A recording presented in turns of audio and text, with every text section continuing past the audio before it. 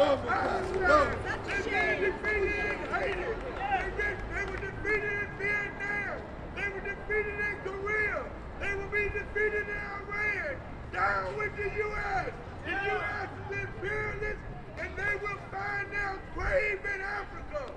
And we want to warn the United States that the freedom fighters are up in arms all over the world, and they will lay their lives down before they lay their arms down. Uhuru!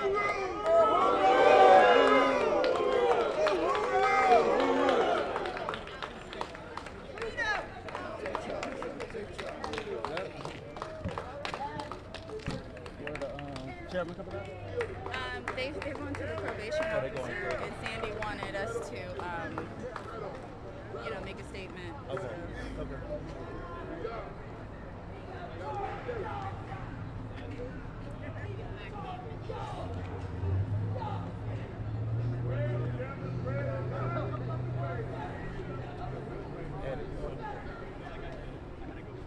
You guys want to talk with the press while we're waiting on them? You can. She has a statement, Janeba. Okay.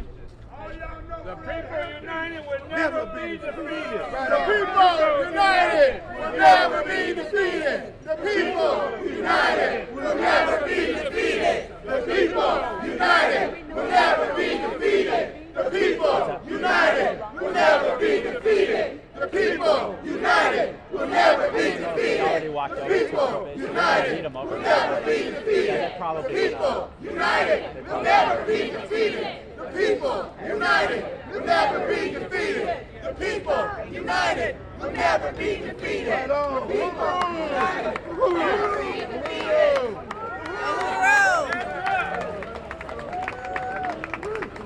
Uhuru, everyone. My name is Janeba Lumumba. I'm the Southern Regional Representative for the African People's Socialist Party, as well as the granddaughter of Chairman Omali Yeshitela.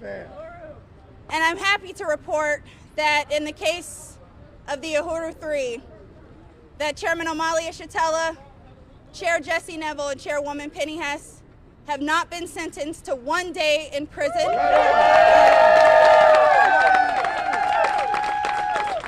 In addition, they will not pay a single dollar for a fine. They have also been granted the ability to travel freely. And they have been issued 300 hours of community service, which we already do, as well as 36 months of probation. So we are, as we wait for them to be released from the probation office, we are happy to say that from day one, the FBI conducted violent multi-city military raids on 7 Uhuru Movement homes and offices. We've waged a campaign that put the state on trial and united forces across the political spectrum in defense of free speech and the rights of the African community to self-determination.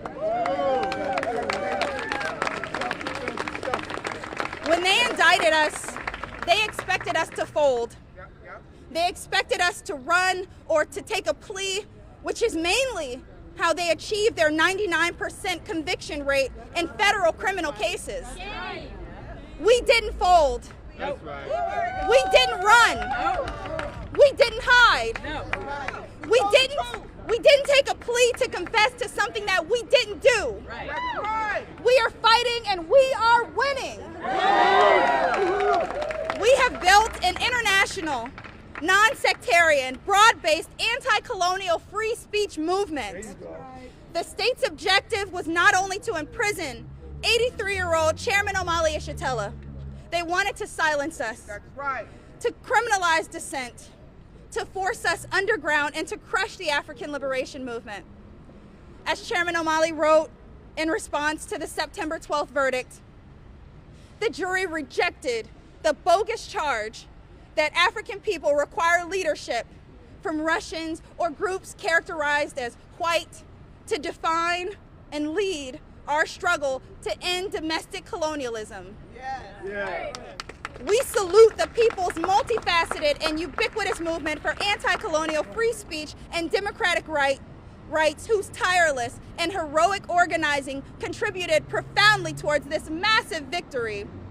The U.S. government did not intend to lose their case on the charge that the Uhuru movement was working for the Russians. Their political goal was to use the foreign agent charge to deny the legitimacy of the Black liberation movement when we criticized the U.S. government for its treatment of African people. Right. Their charge that we are foreign agents was meant to mute the significance of our criticisms of the killings of Black men and women by the police, the mass incarcerations of our people, the gentrification and other forms of colonial terror on our communities by saying that it was actually the Russians who told us to say it. The U.S. government expended a tremendous amount of resources, at least tens of millions of dollars and hundreds of FBI agents and other government personnel to carry out this sham trial. They stole from our properties at least 13 terabytes of data, the equivalent of 2.5 million books worth of information. They put 14 witnesses on the stand to present their so-called evidence, all of them FBI agents, except for 2 academic hacks who admitted they knew nothing about our case. Under cross-examination, one FBI agent after another was forced to admit that there was no evidence that we ever agreed to work under the direction or control of Russia. That's right. The lead investigator from the FBI even had to admit under oath that the FBI and the DOJ knowingly lied to the people when they indicted us for, quote, election interference, unquote, despite the fact that not a shred of evidence of anything of the sort was ever identified. One shred. The jury saw right through it and was able to declare that the African People's Socialist Party and Chairman Omali Yeshitela have never worked for the Russians. We have always worked for Black people. This was a political trial. The colonial states' failed efforts to convince a jury that we are foreign agents was part of a larger political goal to forever discredit speech by Black people and other colonized people against our oppression at the hands of the U.S. government. The U.S. government told the jury that when we demanded reparations to our people, it was the Russians who told us to do that. The jury said no. They told the jury, here's the chairman, Omali Yeshitela.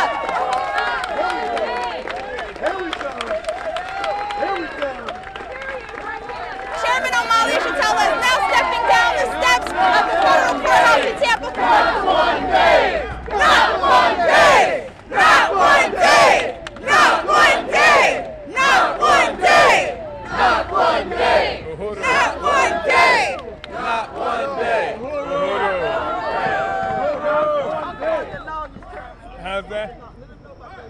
Yeah, we're going to talk about these incredible lawyers. Yeah, one of them said, not one day, not one dime. Not one day, not one dime. Not one day, not one dime. So, not yet Uhuru. Not yet Uhuru. Not yet, Uhuru. I just would like to express our appreciation to all of you for being here all along with us and giving these incredible lawyers this foundation to stand on, right? And they're able to walk into the lion's den with great confidence and just did a splendid job. And if you listen to what the judge had to say, he said what our lawyers have been saying all along. That was the thing that I was so impressed by. The lawyers have been saying this all along. That's right. And our lawyers have said that we shouldn't be here. We had a lawyer who said that if this thing even goes to trial, that it's an assault, a major assault on the First Amendment. Right. And so I just wanted to acknowledge everybody here and the power of the people. The power of the people. I want to say that the only reason this discussion is happening right now about free speech, and the judge was given an opportunity to make the rulings and make the statements that he made, the only reason he was given this opportunity is because we fought. If we had laid down, we wouldn't have had this discussion. And the discussion we've had up to now, I'm sure, is going to play a role in our appeal. And this has just been a splendid journey that we've been on just in terms of the time here. These are incredible lawyers. Yes, they are. And I think we've opened up an entirely new era in terms of political lawyers. I haven't seen anything like this since the 1960s.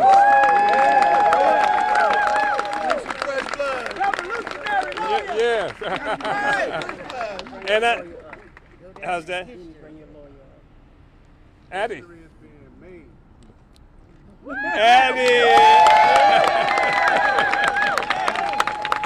Addie, yes.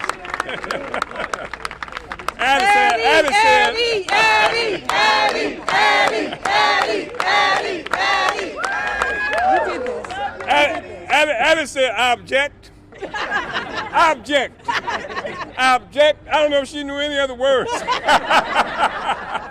So I wanted to be on the record. I object, I object, I object. That was splendid, right? And then we had the remarkable Angela, who was back in the background most of the time. We didn't see her, but we knew she was there just based on the work she was doing. The work she was doing with Leonard Goodman.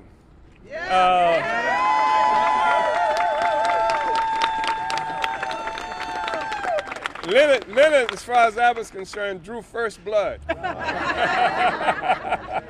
Yeah. When he came out with the motion to drop the charges, to get rid of the charges, and he did this remarkable piece that used our 14-point program, used who we were, the history of our movement as the basis for it. It was an extraordinary piece. And then there's the Uhuru man.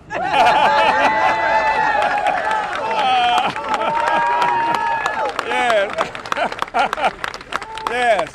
I don't know if everybody, well, many of you won't know who Naim Akbar is. Okay. Yeah, that's his daddy.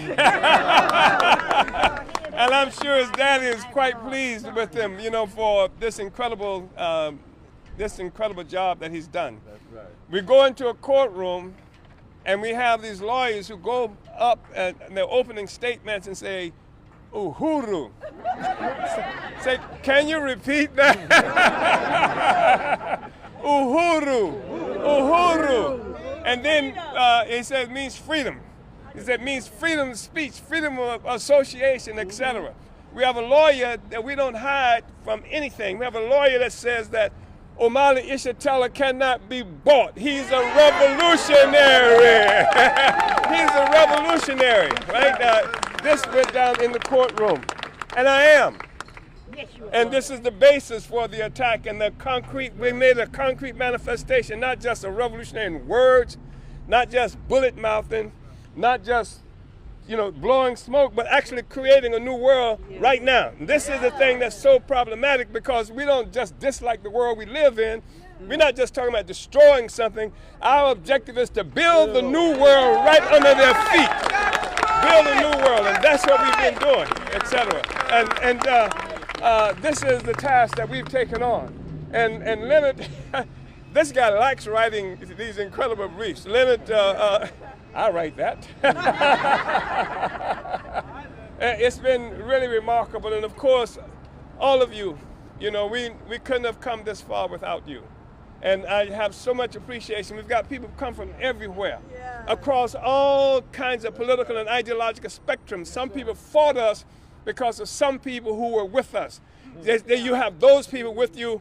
We don't want to be with you. Said bye. You understand? And we crossed the political spectrum. This is not playing games and what have you. Not just talking about stuff. And I'm so proud of that. I'm so proud of everybody who's been with us. We're on trial because we allegedly, we're on trial, the Russians are the ones who put us in motion. Come here.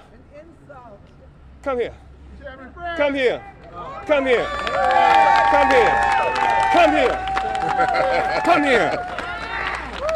This is Fred Hampton Jr. The FBI and the Chicago Police Department killed his daddy at 4 o'clock in the morning on Western Monroe, right there. And his mama was something like 8 months pregnant, and she was in the bed with his daddy.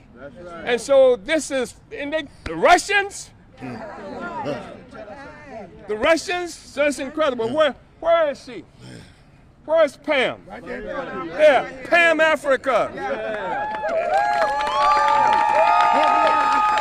The Russians, Pam Africa. Pam Africa with the MOVE organization, where the FBI, where the police department got a C-grade, military-grade explosion and got a helicopter and dropped it, a bomb. Dropped a bomb on their house, killing 11 children, men and women, and destroying an entire African community and letting it burn while it happened. The Russians have to tell me, we're not instructed by the Russians, we're instructed by our history. Our history. So this is the kind of thing that we're talking about. And also, Penelope. I nicknamed her.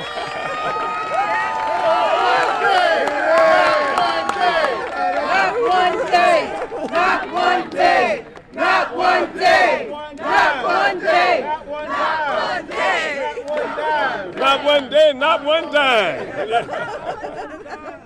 Penny Hess. Yes, Penny Hess, my dear comrade. Yes. How many years? 40? How many years, Penny? 40, almost 50. Almost 50 years. So we're not a fly-by-night organization. We've been serious from the very beginning. We continue to be serious. There are all kinds of people and groups here, and I'm not going to say too much more. Jesse. Where's Jesse? Not one day, not one day, not one day, not one day, not one day, not one day. Jesse is an incredible organizer. He was 27, I think he was, when I met him, he was 27. Were you 27? I was 19, actually. I can be at 83, I can be forgiven. Yeah, just an incredible young man. Incredible organizer. Yeah. He has put us in 140 cities, white people working under our leadership in 140 cities in this country. And the Russians, and these are white people who are talking about genocide against African people, talking about reparations for African people.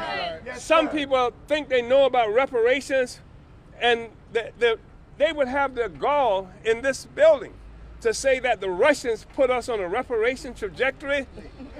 We organized the first tribunal for reparations in this country in 1983 in Brooklyn, New York.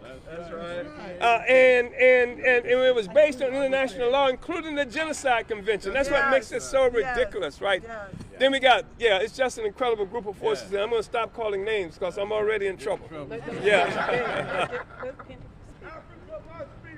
Africa will be free. Yes, that's right. That's what we're working on. That's why we also exist in, I don't know how many countries in Africa now. They call them countries. But we're in South Africa. We're in Namibia. We're in Sierra Leone. We're in Liberia. We are in Kenya. We are throughout the continent of Africa. That's who we are. And Europe. And so we don't just talk about how AFRICOM, must go. We're organizing on the ground in all of these places, and that's another problem that we have too. So, Penny, Uhuru! This is an incredible victory today. I want to salute my leadership, Chairman Omali Yeshitela, Deputy Chair Onusine Yeshitela, and the African Revolution. And that this is a victory for the reality that the party and the chairman created the white solidarity movement in part to break the isolation that the U.S. government has imposed upon the African liberation movement. That APSC was created to be a front. We are not allies. We are not support in that way. We are part of the strategy of the African People's Socialist Party to go into the white community and to win reparations, because when we tell the truth about this country in the past and now, we know that it can't be denied that the U.S. and this system was built on the enslavement of African people. It was built on the genocide of the indigenous people. Free Little Peltier! Yes. Free Little Peltier! Yes.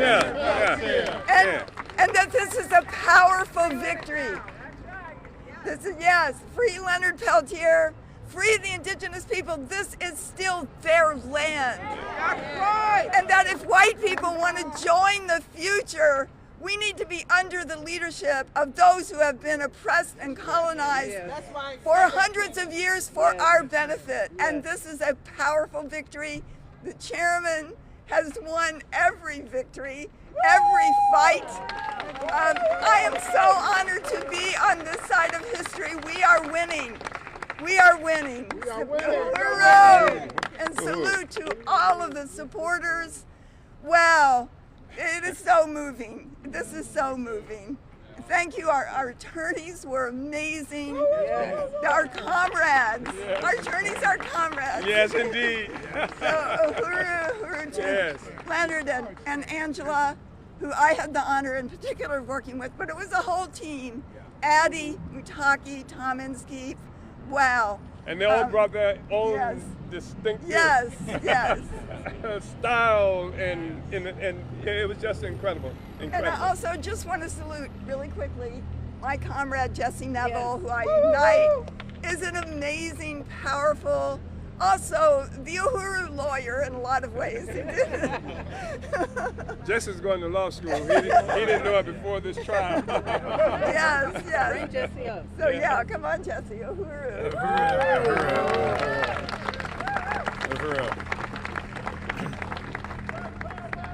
Uhuru! Uhuru! Not one day! Not one dime! Not one dime! Not one dime! 28 months! 28 months and 2 weeks ago, July 29th, 2022, the U.S. government came to the homes of Chairman Omali Yeshitela, Deputy Chair Ona Zanea Yeshitela, Chairwoman Penny Hess, myself, my wife, Amanda, my comrade who's here, Kitty Riley, the Uhuru House in St. Petersburg, Florida, the Uhuru Solidarity Center in St. Louis. They came with hundreds of agents. Yes. How much money was spent that day alone carrying out that military operation against the Uhuru movement? Handcuffed Chairman Omali Yeshitela and Deputy Chair at gunpoint for hours.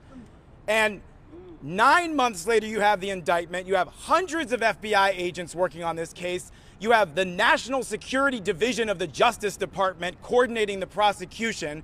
You have an untold amount of resources and focus that the U.S. government tried to bring down against the movement of African people for liberation, and they got their asses handed to them.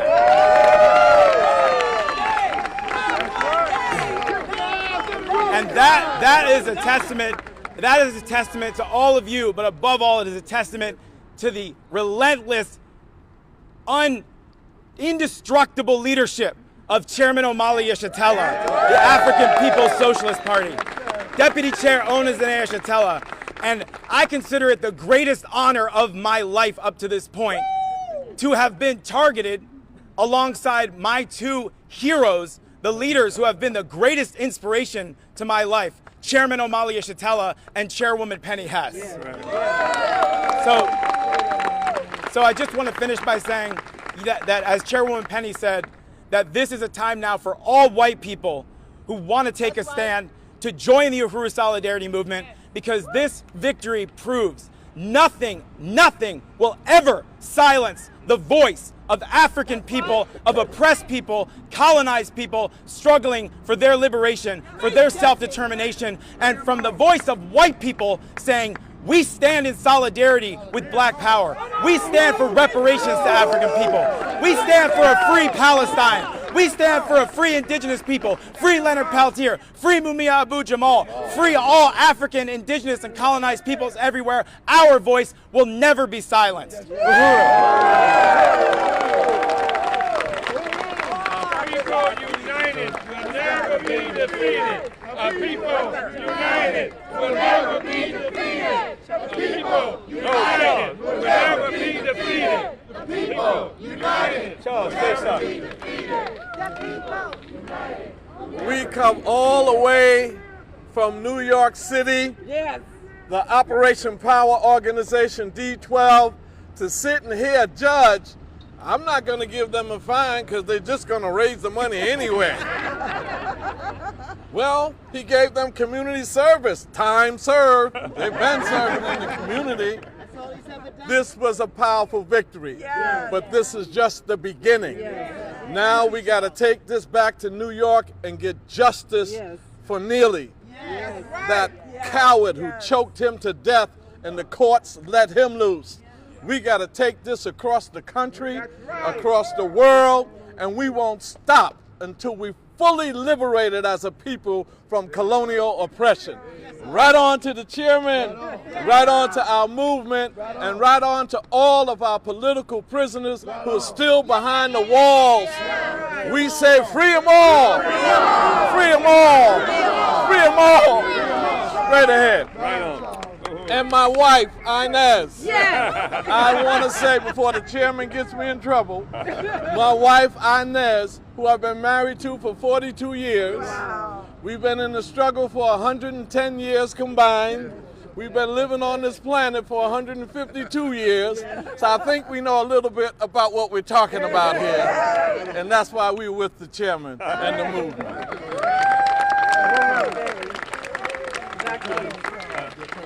Yeah. Yes. I just want to add, taking on the federal government is challenging for anyone, but I've never seen three braver people than the Uhuru Three. And I would say, especially for a man who's 83 years old, this takes a lot of stress, a lot of strength, and for a lady, my lovely client, Penny Hess. And I also want to thank Judge Young for, we've had our disagreements with him, but today he saw that, that these are people that have been doing this work for 50 years. Their positions have not changed against colonialism, for Black liberation. Their positions didn't change in 2015 when the chairman took a trip to Moscow and participated in a conference. It's absurd. The judge recognized that today, and I want to thank Judge Young for that, and thank you all for your support.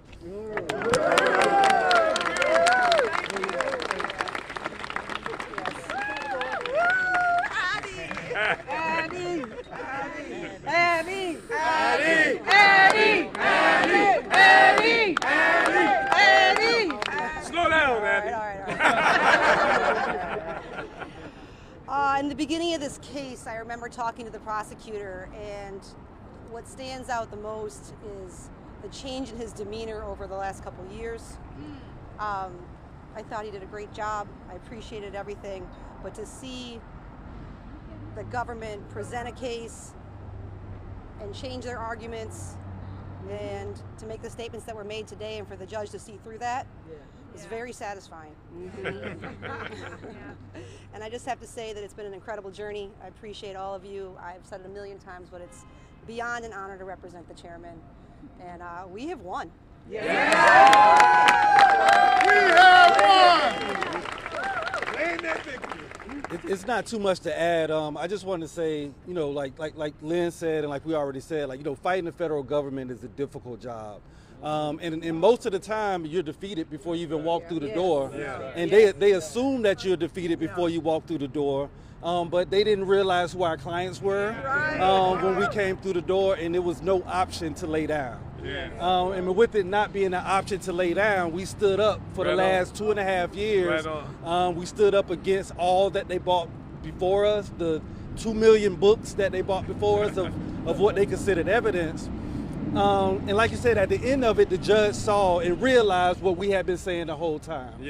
That this is a group, whether you agree with them or not. You know, one of the things that we can say about this country that we live in is that you do have the freedom to say whatever it is that you want, as long as it doesn't cross over certain thresholds. And that's what we were trying to say. We're not asking anybody to agree with the movement or to agree with reparations or to agree with the petition, but agree that we have the right to say what we have, that we have to say. And that's what we were speaking out against. So one of the good things I think that came out of this trial is that it identified that in 2015, 2016, around that time, that's when all the police killings were going on. And that was the time where they were being reached out to by INOF and other people throughout the world, identifying the crimes that were taking place in the United States. And because of that drew attention. And because of that showed that the African People's Socialist Parties and other people like that were in the forefront to say we can't stand silent or idly while black men are getting killed by law enforcement. And because of that drew attention to what they were doing. But again, it wasn't just the protest, it wasn't just the talk, it was that we're going to build up as a result of this. And building up as a result of this, we're moving into St. Louis, right down the street from where the brother was killed by law enforcement, and we're going to build that community so things like that won't happen. So this was not just a moment in history. It's a movement in history. And with it being a movement in history, one thing that we can't allow, and I think this is another lesson that we learned, is that we can't let the movement die or fall down because of 2 people or 3 people, that we have to keep the movement going. Because if we don't keep the movement going, then anything can happen. We could be trampled on in any kind of way. So we have to be sure that we take the lesson from this, is that we have to have a succession plan, we have to continue the movement, we have to continue moving up, and we have to continue building our communities in a strong way and not be fearful to do it. So,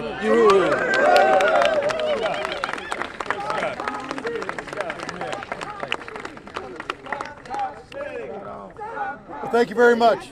Neville, when you talk about white guys, there ain't no more white person here today than me. And I don't mean that just by the color of my skin, I mean that by the ignorance that I possess about Chairman O'Malley and his movement. One of the things that came across in meeting with the chairman and meeting with the Uhuru 3 and the wonderful people that have surrounded them is they have something to say. And they have a right to say it. And I have a duty as an American to listen to it. And I can't listen to it if they shut them up.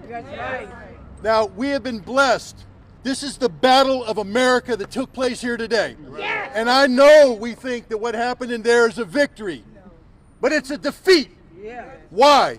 Because not every American has the courage of Chairman O'Malley, Penny, and Neville. Not every American has this legal team standing up behind them. This is a chilling impact on every American citizen who says, I thought I had a right to speak, but if I speak out, I'm going to spend 2.5 years standing to judgment in front of a court that never loses. And so they shut up. And they don't just shut up, they don't listen. If this is going to work, if your movement's going to work, you have to bring people like me into it so that I can listen to you, that we can share things, that we can grow not as a black nationalist movement, but as an American movement together to try and right the wrongs. But we can't do that if we don't communicate, and we can't communicate if we don't speak, and we're not going to speak if the government thinks that it can charge us, make us spend a whole bunch of money for 2.5 years to what? Get a probation sentence. Is this what the government did? This wasn't about you, Chairman. This is about me. This is about everybody in the city of Tampa, everybody in America, because it can happen across, well, I'm talking about Americans in first speech, but across the world too. But the point is, what they did here is an assault on every American. I don't know why the people driving, the people at home, you should be here too. This is your fight. They fought your fight, and the fight's not over. Chairman, I'm going to commit myself to working with you, going to St. Louis and learning about you. And I encourage all other Americans to do the same thing.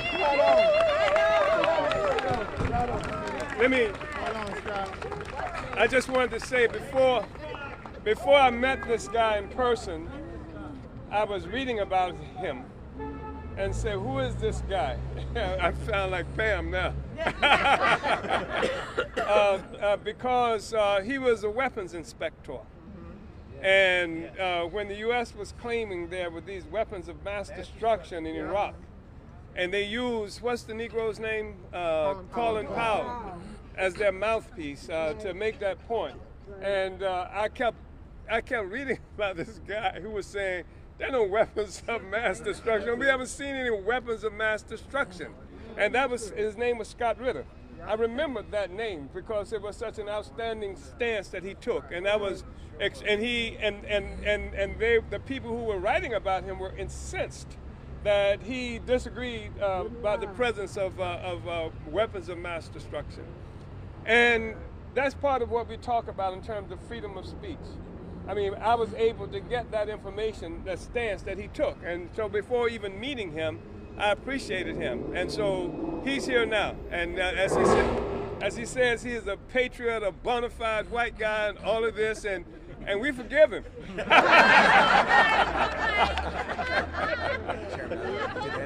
Yeah, and so I just wanted to, Angela, what this do?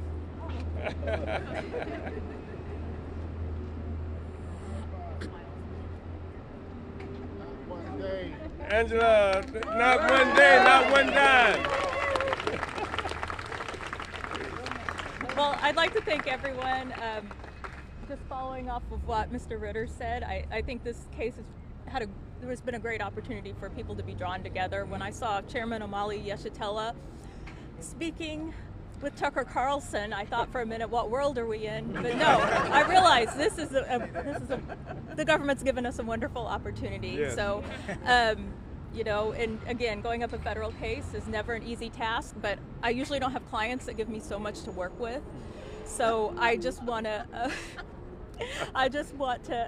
you know, I appreciate these people. It's amazing their commitment to this work. Unfortunately, I decided to shut up before I got to tell you how wonderful Penny Hess was today. But I thought I should stop while I was ahead. So I'm definitely happy with this outcome, and I thank everybody and all the support that we've had along the way. Right. And I can't express my appreciation for Mutaki and Addie and Lynn enough. They've been a great team to work with. Yeah. Thank you.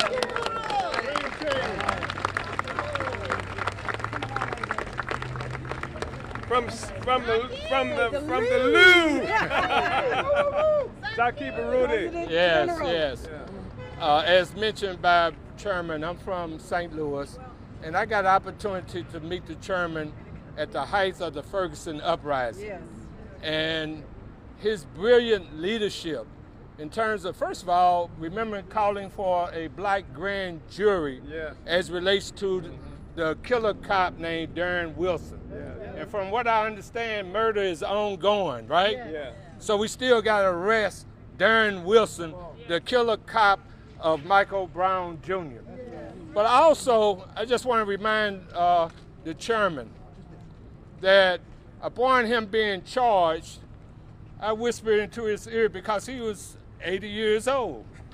Damn, you need to be like Asada Shakur. Get the hell on out of here. You know, to a free socialist country. Right. However, he stood resolute, along with Penny and Jesse. And I have to compliment them because as white people, you know, it's easy to cave in and go state evidence, but they have stood resolute. So, and my last comment, reflecting on what Scott was saying, this is, for me, bittersweet. Yes. Because it's a damn shame that this government has spent millions of dollars when you got people homeless out here.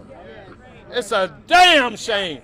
And so this government They need to be investigated. The FBI, who issued the order to charge them, they need to be up in the court rather than the Uhuru 3. So, last but not least, their victory is a reflection of a people united will never be defeated.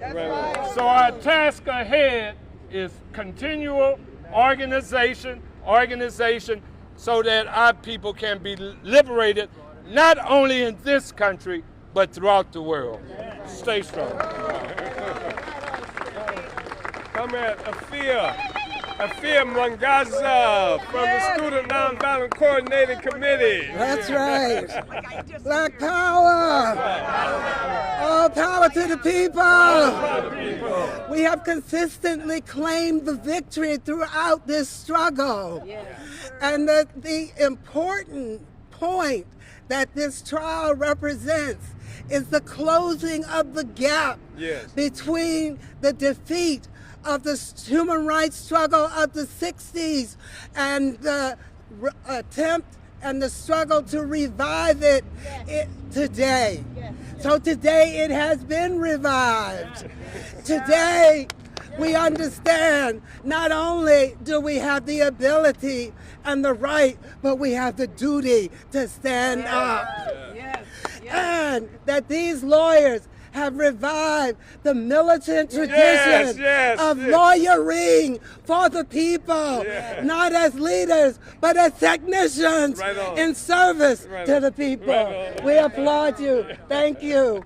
Thank you. Thank you.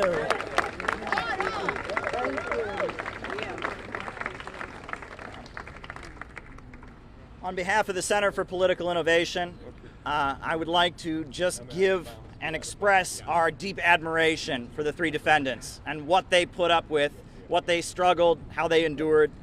I also want to say that the Foreign Agents Registration Act, an absurd piece of legislation, was the basis of this prosecution. And that piece of legislation needs to be overturned. The Foreign Agents Registration Act is a threat to all Americans who advocate peace. It essentially criminalizes being friendly to other countries, and that piece of legislation needs to be overturned. That law is a threat on all Americans who advocate peace. We were honored as the Center for Political Innovation to raise this case at the United Nations, to raise this case at the World Youth Festival in Russia, and we will continue to raise this case. A full pardon needs to be granted to the Uhuru 3 because Donald Trump saw how that legislation could be weaponized against his own supporters as well. So Donald Trump needs to give a full pardon to the Uhuru 3 when he takes office. Thank you very much.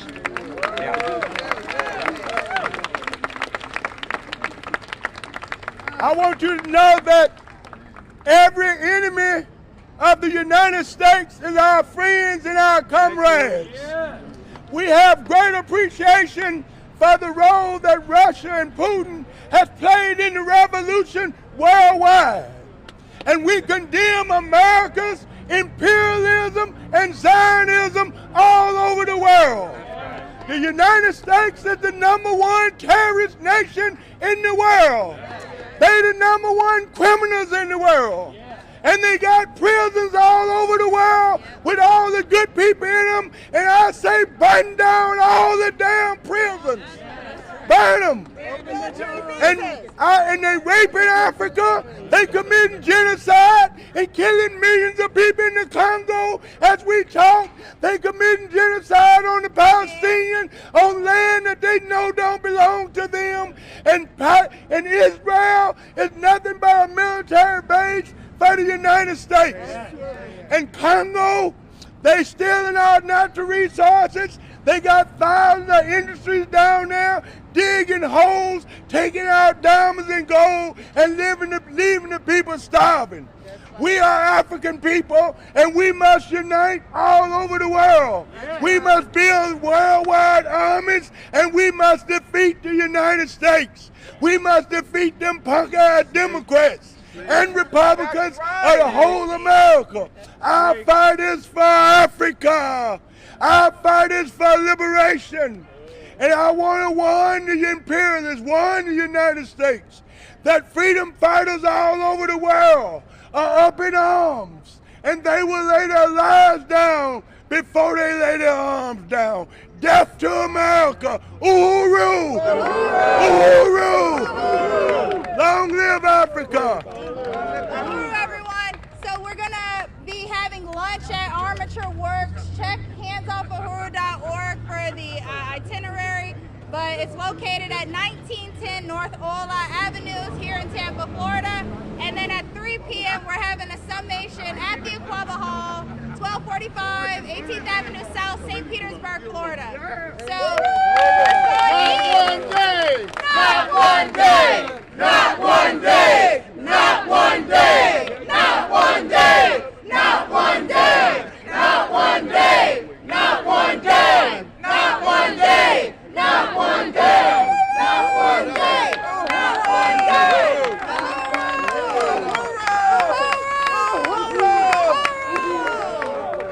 Reparations now. Is this within walking distance, or do I need to drive? You will need to drive, yeah. You will need to drive. But every time they're trying to do that, also they just don't know what to aim for. All right. That's it.